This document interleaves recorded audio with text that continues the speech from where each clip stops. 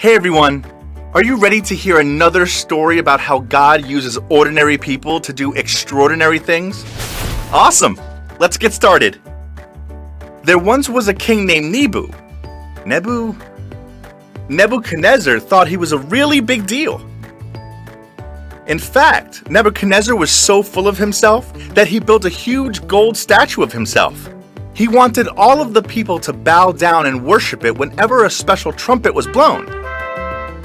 He said that anyone who didn't bow would be thrown into a fiery furnace, living in the land were three men who, like the king, also had really big names: Shadrach, Meshach, and Abednego. Now these three men followed God and knew it was wrong for them to bow down and worship a silly statue. So when they heard the horn, they didn't bow. God gave them courage to do what was right.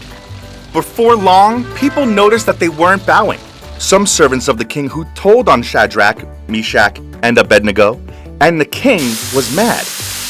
He ordered they be thrown into the furnace immediately, and in case the hot fire wasn't enough to harm them, he demanded they be tied up so they couldn't get away. Shadrach, Meshach, and Abednego were tied up and tossed in the fire. But when the king looked inside the furnace, he was shocked by what he saw. There was Shadrach, Meshach, and Abednego walking around, no longer bound by ropes. And with them was a fourth person. When the king saw this, he demanded they be taken out of the furnace right away. They came out completely unharmed. Even in the fire, God was with Shadrach, Meshach, and Abednego. Just like God didn't leave them on their own, we can trust that God is always with us too, because God is always by our side. God gives extraordinary courage.